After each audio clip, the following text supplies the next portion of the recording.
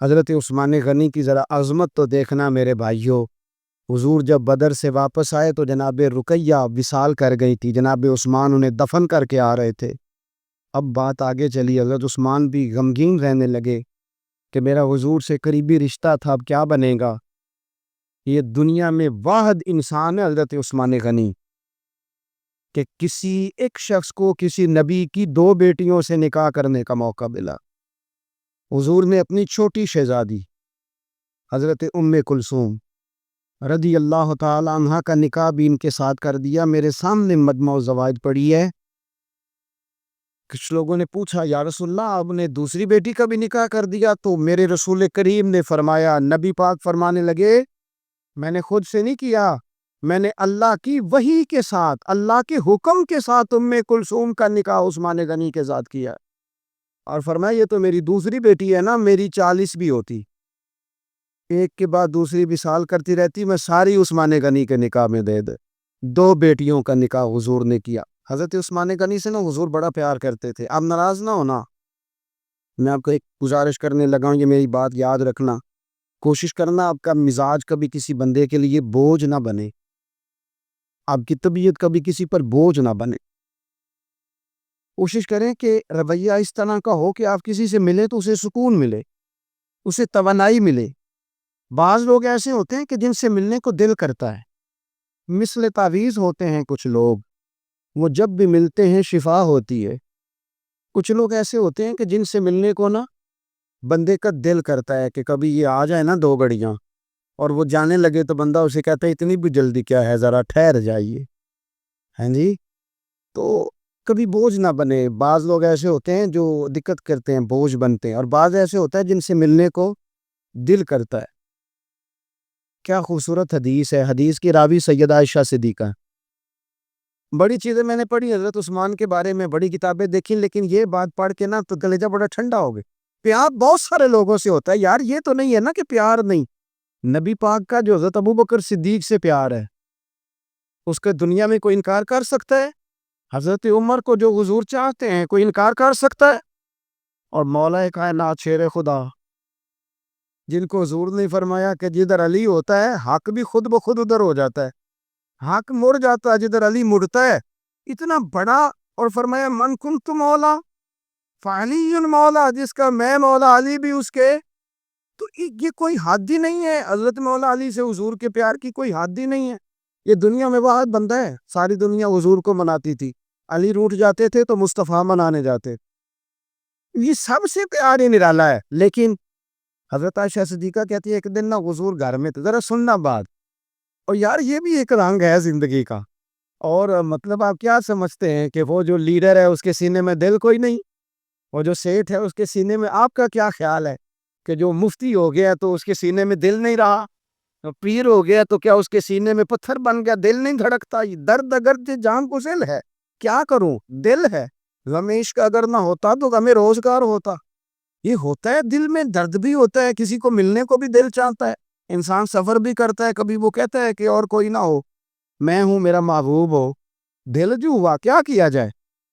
تو ایک دن حضور گھر میں بیٹھے بیٹھے نا، میں یہ تو نہیں کہتا کہ سرکار بور ہو رہے تھے، میں یہ جملہ تو نہیں بولتا، شایان شان نہیں سرکار کے، لیکن نبی کریم صلی اللہ علیہ وسلم بیٹھے بیٹھے نا چپ کر گئے، اور دیر کے بعد حضور نے فرمایا، عائشہ تھی، سیدہ عائشہ صدیقہ، سیدہ حفصہ تھی، حضور نے فرمایا عائشہ کسی صحابی کو بلاؤ مجھ سے باتیں کرے۔ یعنی یہ پہلو نرالا ہے، کسی کو بلاؤ ذرا مجھ سے باتیں کرے۔ تو جناب عائشہ کہتی ہے میں نے آؤ دیکھا نہ تاؤ دیکھا، بیٹیاں تو بات ہی باپ کی کرتی ہیں، اور نمبر دوسرا لگ جائے تو پھر بھائیوں کی، چلو تیسرے نمبر پہ میاں صاحب کی بھی باری آئی جاتی ہے، لیکن پہلے یہ 2 نمبر یہ ہوتا ہی ایسے۔ تو حضور نے فرمایا کسی کو بلاؤ ذرا مجھ سے باتیں کرے۔ تو حضرت عائشہ صدیقہ عرض کرنے لگی حضور بلاؤں اپنے ابا جان کو، جناب صدیق اکبر کو بلاؤں؟ حضور مسکرائے اور مسکرا کے فرمایا نہیں تو رہنے دے، پیار بڑا ہے اس میں کوئی شک والی نہیں، تو رہنے دے۔ تو حضرت حفصہ کہتی ہیں جب حضرت عائشہ پیچھے ہٹی تو میں نے فوراً آگے بڑھ کے نہ تو عرض کی حضور میں اپنے ابا جی جناب عمر کو بلاؤں؟ تو حضور پھر مسکرائے، فرمایا ٹھیک ہے عمر بھی، پر تو مہربانی کر رہنے دے، قربان جاؤں حضرت عثمان آپ کی شان پر، کیا نصیبہ ہے. کہتی ہیں پھر ہم نے عرض کی حضور آپ ہی بتا دیں کس کو بلائیں. تو کہتی ہے ہم نے حضور کے چہرے پر عجیب سی سنجیدگی دیکھی. حضور فرمانے لگے کوئی میرے عثمان کو بلاؤ, کوئی میرے عثمان کو بلاؤ, میں اس سے باتیں کرنا چاہتا ہوں. کہتی ہے پیغام چلا گیا, عثمان آ گئے, پردہ گر گیا, بیبیاں اندر چلی گئیں. حضور نے پہلو میں بٹھا لیا, میرے نبی نے ماتھا بھی چوما, حضور نے پیار بھی کیا اور فرمایا عثمان اس دن ثابت قدم رہنا جس دن لوگ تمہیں شہید کریں گے. عثمان اس دن ثابت قدم رہنا جس دن فتنے اٹھیں گے. اس دن ثابت قدم رہنا جب لوگ تیری قمیض اتارنا چاہیں گے جو اللہ نے تجھے پہنائی ہوگی. فرمایا اس دن ثابت قدم رہنا. حضرت سیدنا عثمان غنی نے آنکھ اٹھائی, ہلکے سے آنسو چمکے, عرض کی حضور آپ دعا کر دینا اللہ عثمان کی مدد فرما دے گا. دعا حضرت عثمان غنی کو تو حضور بلا کے نا کہ یار اس کیفیت کو سمجھو, اتنا بیٹھا بندہ. حضرت عثمان غنی بالکل نرم مزاج آدمی تھے, ٹھنڈی طبیعت کے تھے. لیکن حضرت عائشہ کہتی ہیں حضور لیٹے ہوئے تھے تو ذرا پنڈلی سے نا تامت مبارک ہٹی ہوئی تھی. یہ بخاری مسلم ہے. حضرت ابو بکر آئے, حضور لیٹے رہے, بات چیت ہوتی رہی. جناب عمر آئے, لیٹے رہے, بات ہوتی رہی. کسی نے کہا حضور عثمان آ گئے. حضور اٹھی, تامت سیدھی کی, اٹھ کے, حالانکہ بندہ نرم مزاج ہے سب سے, رسول کریم نے تامت مبارک کو سیدھا کیا. لوگ بیٹھے رہے, باتیں ہوئی, چلے گئے. سیدہ عائشہ صدیقہ کہتی ہے میں نے کہا یا رسول اللہ میرے ابا جی بھی آئے, آپ لیٹے رہے, عمر بھی آئے, آپ عثمان کے آنے پر تو نے بڑا اہتمام کیا. تو حضور فرمانے لگے عائشہ اس سے حیا نہ کرو جس کی فرشتے بھی حیا کرتے. اللہ کرے آپ کو سمجھ آئے. میں بات ختم کرنے لگا ہوں, یہ حدیث پڑھنی ضروری ہو گئی تھی. اور اس کی حیا نہ کرو جس کی فرشتے حیا کریں, جس کی مصطفیٰ حیا کریں. وہ کتنا نالائق امتی ہے جو اس عثمان کی حیا نہ کرے. وہ کتنا نالائق ہے جو پھر اس عثمان غنی کی حیا نہ کرے. ہمیں ہر موقع پر سیدنا عثمان غنی کی حیا کرنی. نبی پاک صلی اللہ تعالی علیہ وسلم عمرے کی حاضری کے لیے تشریف لے گئے تو مقام حدیبیہ پر کفار مکہ نے روک لیا اور کہا کہ آپ جنگ کے ارادے سے آئے ہیں تو ہم آپ کو مکہ میں داخل نہیں ہونے دیں گے. اللہ کے پیارے رسول صلی اللہ تعالی علیہ وسلم نے جناب عثمان غنی رضی اللہ تعالیٰ عنہ کو اپنا سفیر مقرر کر کے مکہ شریف میں بھیجا اور حضور نے فرمایا عثمان انہیں جا کے بتاؤ کہ ہم جنگ کرنے نہیں آئے, ہم تو اللہ کے گھر کا طواف کرنے آئے. حضرت عثمان غنی وہاں تشریف لے گئے. کفار مکہ نے جناب عثمان غنی کو روک لیا اور سب سے پہلی بات تو یہ کی کہ آپ اگر طواف کرنا چاہیں تو کر لیں, صحیح کرنا چاہیں تو کر لیں, عمرہ مکمل کر لیں, لیکن ہم نبی پاک صلی اللہ علیہ وسلم کو نہیں کرنے دیں گے. حضرت عثمان غنی کہنے لگے تم کیا سمجھتے ہو میں مدینے والے رسول کے بغیر عمرہ کر لوں گا؟ میں اسی دن کروں گا جس دن میرے نبی پاک صلی اللہ علیہ وسلم کریں گے. یہاں بھی کچھ صحابہ نے کہا مقام حدیبیہ میں کہ عثمان کو اللہ نے موقع دے دیا ہے, وہ تو راج راج کے کعبے کی زیارت کریں گے اور وہ کھل کے طواف کریں گے, وہ صحیح کریں گے, وہ حجر اسود کے بوسے لیں گے. صحابہ یہ باتیں کر رہے تھے تو حضور غور سے دیکھ رہے تھے. جب بات ختم ہوئی تو فرمایا فکر نہ کرو میرا عثمان, میں فکر نہ کرو میرا عثمان میرے بغیر طواف نہیں کرے گا. ہاں مجھے کیا غرض تھی نماز سے, مجھے کیا خبر تھی سجود کی, یہ تو تیرے نقش پا کی تلاش تھی جو جھکا رہا میں نماز میں. اور اقبال کہنے لگے اذاں تو عزل سے تیرے عشق کا ترانہ بنی اور نماز تو اس کے نظارے کا ایک بہانہ بنی. وہاں سے خبر موصول ہو گئی کہ حضرت عثمان غنی کو شہید کر دیا گیا. اگرچہ نبی پاک صلی اللہ علیہ وسلم کے علم میں تھا کہ عثمان کو شہید نہیں کیا گیا, لیکن جب خبر آئی تو صحابہ میں جوش پیدا ہو گیا, ہم جہاد کریں گے, ہم ان سے لڑیں گے, بدلہ لیں گے. جو اچھا لیڈر ہوتے ہیں وہ قوم کے جذبات ٹھنڈے نہیں کرتا بلکہ جذبات کو صحیح رستہ دکھاتا ہے. وہ جب صحابہ میں جوش پیدا ہوا نا کہ عثمان غنی کا بدلہ لینا ہے تو نبی پاک صلی اللہ علیہ وسلم نے ایک درخت کے نیچے سب کو بلایا, فرمایا میرے ہاتھ پہ بیعت کرو کہ تم جہاد کرو گے اور جہاد میں ثابت قدم رہو گے, میرے ہاتھ پہ بیعت کرو. اب سب لوگ آئے کہ ہم جہاد کریں گے, ثابت قدم رہیں گے, عثمان کا بدلہ بھی لیں گے. وہ بیعت تھی کہ کیا نرالا رنگ تھا, اور حضور کو پتا تھا, وہ بھلا کس دلیل سے پتا تھا, جب سے اب صحابہ بیعت کر چکے نا، اب جو آدمی شہید ہو جائے اس کی تو بیعت نہیں نہ ہوتی، لیکن نبی کریم نے اپنا دست مبارک کھڑا کیا، فرمایا بھی یہ میرا ہاتھ ہے اور یہ میرے عثمان کا ہاتھ ہے، اور یوں ہاتھ پہ ہاتھ رکھ کے فرمایا لو میں عثمان غنی کی بھی بیعت کرتا ہوں، عثمان غنی کی بھی بیعت کرتا ہوں۔ اب وہ صحابہ کے اندر جذبہ، وہ شوق، وہ حضرت عثمان کے لیے پیار، وہ جہاد کے لیے تڑپ، اللہ تعالیٰ نے بیان کیا، کیا انداز ہے، فرمایا لقد رضی اللہ عن المؤمنین اذ یبایعونک تحت الشجرہ، محبوب بے شک اللہ ان مومنوں سے راضی ہو گیا ہے جو درخت کے نیچے بیٹھ کر آپ کی بیعت کر رہے، اللہ ان اہل ایمان سے راضی ہے۔ میرے نبی پاک علیہ السلام نے فرمایا جن جن نے وہاں بیٹھ کر میرے ہاتھ پہ بیعت کی تھی، اس آیت کے بعد اللہ نے وعدہ کر لیا ان میں سے کوئی بھی دوزخ میں نہیں جائے گا، سارے جنتی ہو گئے۔ سن لو بات، اس کو اچھی طرح سمجھ لو، اچھی طرح، یہ قرآن مجید ہے، یہ خاص نقطہ ہے، اس کو اپنے دل میں جگہ دینا۔ انہوں نے جہاد کیا نہیں، جہاد پر بیعت کی، وہ لڑنے گئے نہیں، لڑنے کا پختہ ارادہ کیا، ابھی کفر کے مقابلے میں کھڑے نہیں ہوئے، تو اللہ تعالیٰ نے جنتی قرار دے دیا۔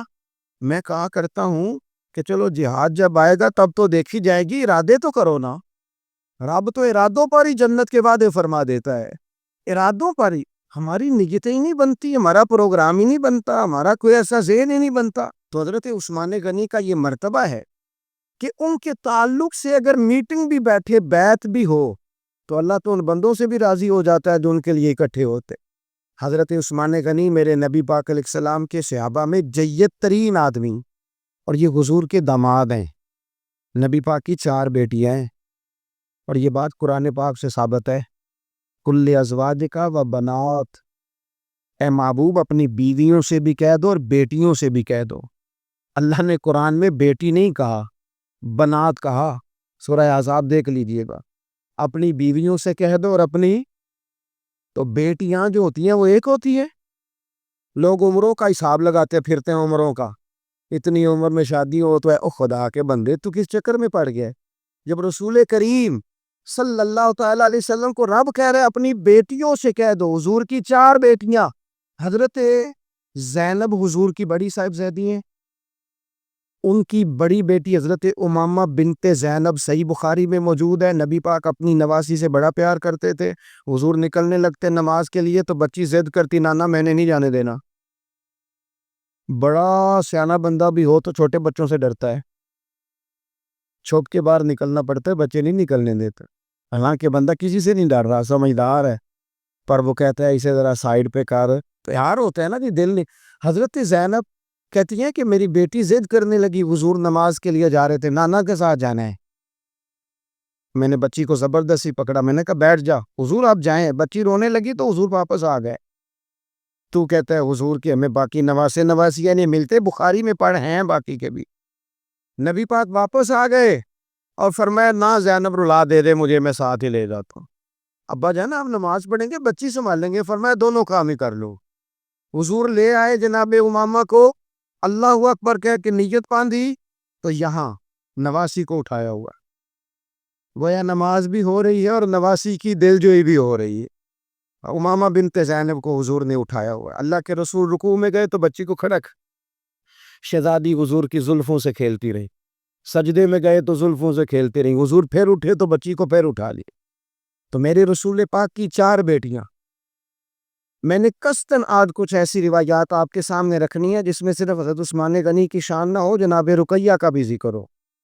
حضور نے حضرت رقیہ رسول پاک صلی اللہ علیہ وسلم کی دوسری صاحبزادی، سب سے بڑی جناب زینب ہے، دوسری رقیہ ہے، ان کا نکاح حضرت عثمان غنی کے ساتھ فرمایا، اور حضرت عبداللہ بن حزم فرمایا کرتے تھے سارے صحابہ ہی سونے تھے، پر صحابہ میں جو سب سے سونے تھے وہ حضرت عثمان غنی تھے، اونچا لمبا قد تھا، گھنی داڑھی تھی، حسن تھا، جمال تھا، اور شرمیلے تھے حضرت عثمان غنی، حیا والے تھے۔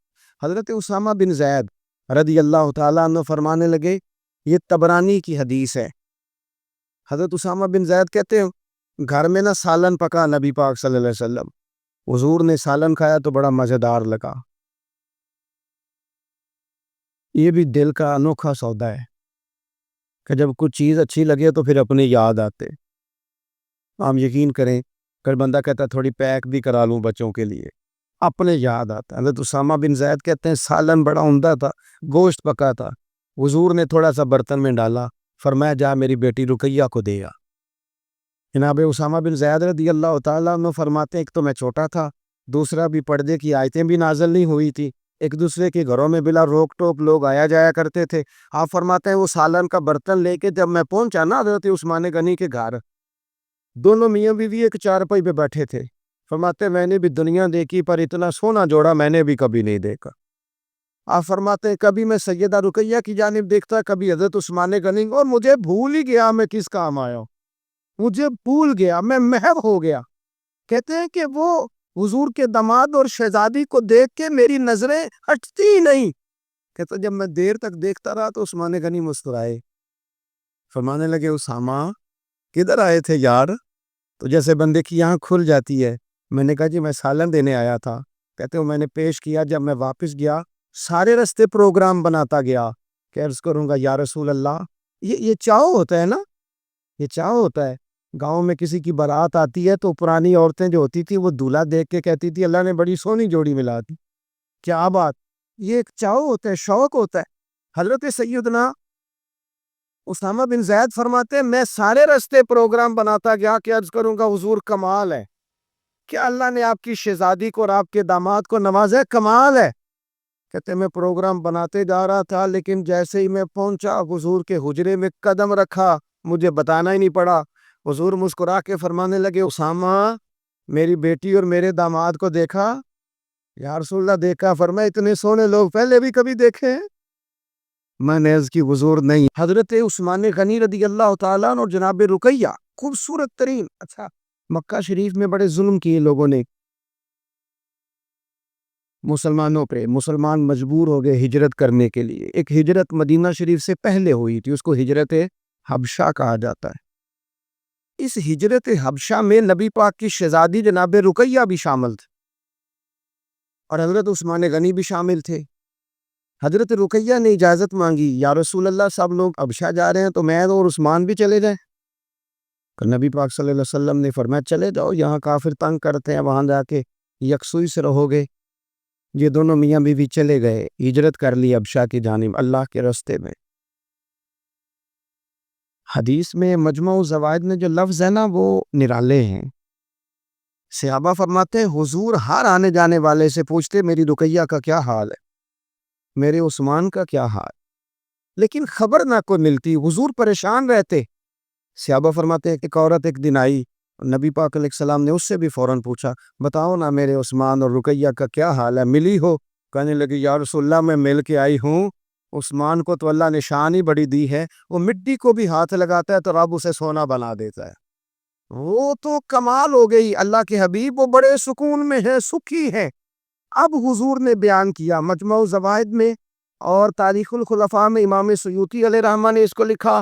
اب یہاں نبی پاک علیہ السلام فرمانے لگے, حضور فرمانے لگے اللہ کے نبی حضرت لوط علیہ السلام وہ تھے جنہوں نے اپنی بیوی کے ساتھ اللہ کے راستے میں ہجرت کی تھی. حضرت لوط علیہ السلام, ہجرت بہت بڑا مقام ہے اگر کوئی دین کے لیے کرے, لیکن صحابہ نے ہجرت کی تو اکیلے اکیلے. حضرت ابو بکر بھی ہجرت کر کے گئے تو اکیلے, حضرت عمر بھی گئے تو اکیلے. لیکن حضور فرمانے لگے انبیاء میں سے حضرت لوط علیہ السلام نے ہجرت کی تھی اپنی بیوی کے ساتھ, چونکہ گھر والوں کو لے کے ہجرت کرنا مشکل ہوتا ہے, جو کام مشکل ہو اس پہ اجر بھی زیادہ ملتا ہے. حضرت لوط نے ہجرت کی تھی اپنی بیوی کو لے کے. فرمایا جناب لوط سے لے کر آج تک دوبارہ اگر کسی جوڑے کو ہجرت کرنے کی سعادت ملی ہے تو میرے عثمان اور میری بیٹی رقیہ کو ملی ہے. فرمایا عثمان نے اپنی بیوی سمیت ہجرت کی ہے. حضرت لوط علیہ السلام سے لے کر عثمان غنی تک, اگر کبھی آپ اس پہلو کو سمجھے تو بڑا ذائقہ دے گا کہ گھر بار چھوڑا ہے, ہر چیز قربان کی ہے, کس لیے؟ اللہ اور اللہ کے رسول کے لیے. تو یہ پہلا نبی پاک صلی اللہ علیہ وسلم نا اس جوڑے سے پیار کرتے. حکمت ہمارے ہاں پتہ کیا ہوتا ہے, کچھ دکھ نا ہم نے جان بوجھ کے گھڑ لیے, وہ دکھ نہیں ہے جان بوجھ کے. مثلا ابا جی گئے بیٹی کے گھر میں شادی کے 2 4 5 مہینے کے بعد تو واپس آ کے ابا جی رو پڑے, کیا ہو گیا جی آپ کو؟ کہتے ہیں اوہو میری دھی تے اتنے کام ہی بڑے کر دی پئی، میں نے بڑی لاڈوں سے پالی تھی، بڑی لاڈلی تھی، اور میں گیا ہوں چولہے کے آگے کھڑی تھی۔ یہ جعلی دکھ ہے۔ اپنے گھر کا کام کر رہی تھی کہ یہاں وہ اللہ معاف کرے اسے نوکری کرا رہے، تو یہ جان بوجھ کے گھڑے ہوئے دکھ ہیں جن کا کوئی معنی نہیں، کوئی مطلب نہیں۔ اپنے گھر کا کام کر کے بچی کی صحت بھی ٹھیک ہوگی، اس کے نظریات بھی پختہ ہوں گے، اور خاوند کی عزت کرے گی، اسے راضی کرے گی، تو میرے رسول پاک نے فرمایا رب جنت بھی عطا فرمائے گا۔ لیکن یہ دکھ ہے جناب، ہو میں گیا گرمی بڑی سخت تھی، یعنی یہ دکھ ہے کوئی کہ میری بیٹی روٹیاں پکاتی ہے جو شوگر کار پکاتی ہے، اللہ کا احسان سمجھ۔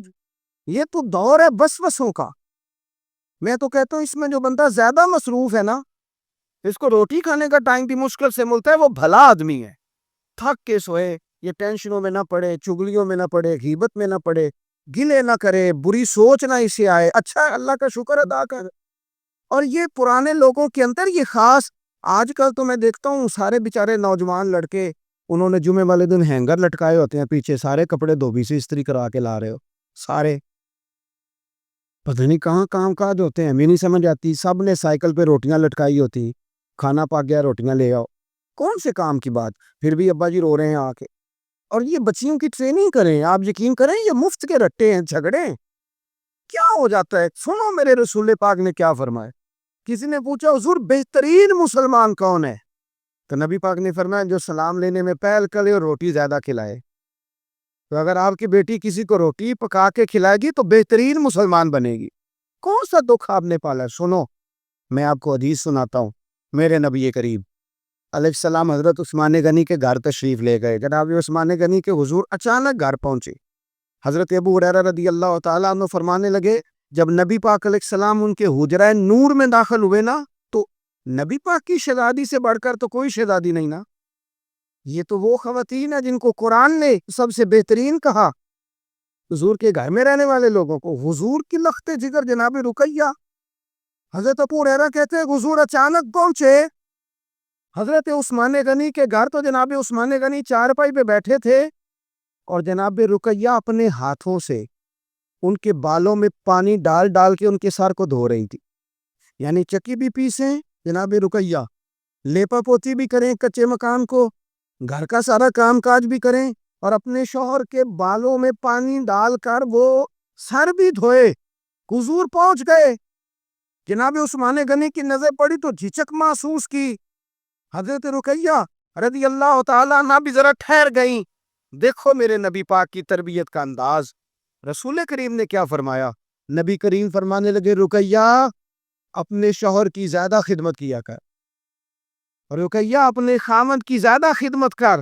فرمایا میرے سارے صحابہ شان والے ہیں، لیکن جس نے میرے اخلاق کو سب سے زیادہ دیکھنا ہو وہ میرے عثمان غنی کو دیکھے۔ یہ اخلاق میں مجھ سے زیادہ مشابہت رکھتا ہے، بیٹی زیادہ زیادہ خدمت کیا کر اپنے شوہر کی زیادہ۔ یہ حضور نے تربیت دی، یہ نبی پاک علیہ السلام نے ہمیں بتلایا کہ اس طرح تمہارے گھر بنیں گے، اس طرح دکھ دور ہوں گے۔ لیکن جب ابا ہی گھر آ کے روئے گا اور اماں ہی بد دعا کرے گی کہ دیکھو میری بیٹی کو کیا حال کر دیا روٹیاں پکوا تو کیسے گھر چلے گا؟ سمجھیں آپ ان چیزوں۔ حضور سید عالم صلی اللہ تعالیٰ علیہ وسلم نے فرمایا اور خدمت کر۔ ایک دن پھر حضور گئے گھر میں، تو جا کر کے پوچھا کہ عثمان غنی کہاں ہیں؟ تو جناب رقیہ اب چونکہ حضور نے کہا تھا زیادہ خدمت کر، تو اس دن تو صرف بال دھوئے تھے نا، آج ایک بات بڑھ کے بیان کی۔ عرض کی یا رسول اللہ میں نے ان کے بالوں میں کنگھی کر کے انہیں باہر بھیجا ہے۔ آپ ذرا انداز دیکھیے شہزادی کے بات کرنے، حضور میں نے بالوں میں کنگھی کر کے بھیجا ہے۔ حضور مسکرائے، فرمایا رقیہ میں عثمان سے بھی راضی ہوں، پتر تجھ سے بھی بڑا ہی راضی ہوں، میں تم دونوں سے بڑا راضی ہوں۔ آپ دین اسلام کے اس خوبصورت ترین مزاج کو سمجھے کہ میرے نبی کریم صلی اللہ تعالیٰ علیہ وآلہ وسلم نے ارشاد فرمایا کہ میں تم دونوں سے راضی ہوں۔ حضرت رقیہ رضی اللہ تعالیٰ عنہ کے گھر حضور سالن بھی بھیجیں، ان کی ہجرت کی بھی تعریف کریں، ان کے حسن کی بھی تعریف کریں، میاں بیوی کے آپس میں رشتے کو مضبوط کرنے کی بات کریں۔ جناب رقیہ بیمار ہو گئی، سیدہ رقیہ رضی اللہ تعالیٰ اس وقت بیمار ہوئی جب میرے نبی پاک صلی اللہ علیہ وسلم بدر کی تیاری میں تھے۔ حضور تشریف لائے، بیٹی کو بیمار دیکھا تو حضور غمگین ہو گئے، حضرت عثمان غنی رضی اللہ تعالیٰ عنہ سے فرمانے لگے عثمان بدر میں ہم دونوں نہیں جائیں گے، یا میں رہ جاتا ہوں یا تو رہ جا۔ ایک روایت میں حضرت عثمان غنی فرمانے لگے یا رسول اللہ صلی اللہ علیہ وسلم آپ جو فیصلہ کریں مجھے منظور ہے۔ تو حضور فرمانے لگے میں نے تو کمان کرنی ہے نا، میں جاتا ہوں، تو میری بیٹی کی تیمارداری کر۔ حضرت عثمان غنی رضی اللہ تعالیٰ عنہ بدر میں شریک نہیں ہوئے، بدر میں گنتی میں لوگ 312 تھے، حضرت عثمان گئے نہیں، پر نبی پاک نے فرمایا عثمان چونکہ میری بیٹی کی تیمارداری کر رہا ہے لہذا وہ بدر میں نہیں بھی آیا، پھر بھی اللہ نے بدریوں میں شامل کر لیا، پھر بھی یہاں شامل ہے، اسے اجر بھی ملے گا، اسے وہ جزا بھی ملے گی، نہ آن کر بھی وہ شامل ہے، اس لیے کہ وہ میری بیٹی کی خدمت میں مشغول ہے۔ حضرت عثمان غنی کی زندگی کے 3 پہلو بڑے نمایاں ہیں، 3 پہلو بڑے۔ ایک تو حضرت عثمان غنی رضی اللہ تعالیٰ عنہ بہت زیادہ سخاوت کرنے والے، میں نے جو لفظ کہے سوچ سمجھ کے کہے، یعنی زیادہ نہیں، بہت زیادہ سخاوت، بہت زیادہ سخا، اور دوسرا بہت زیادہ شرم و حیا والے، فرماتے تھے باتھ روم کے اندر بھی کپڑے اتار کے غسل نہیں کرتا، شرم و حیا والے تھے، اور تیسرا اللہ سے بہت زیادہ ڈرنے والے۔ یہ 3 خوبیاں اس مسلمان کے اندر پیدا ہو جاتی ہیں، وہ ایک خوبصورت مسلمان بن جاتا ہے۔ اللہ ہمیں ان کے رستوں کا مسافر بنائے۔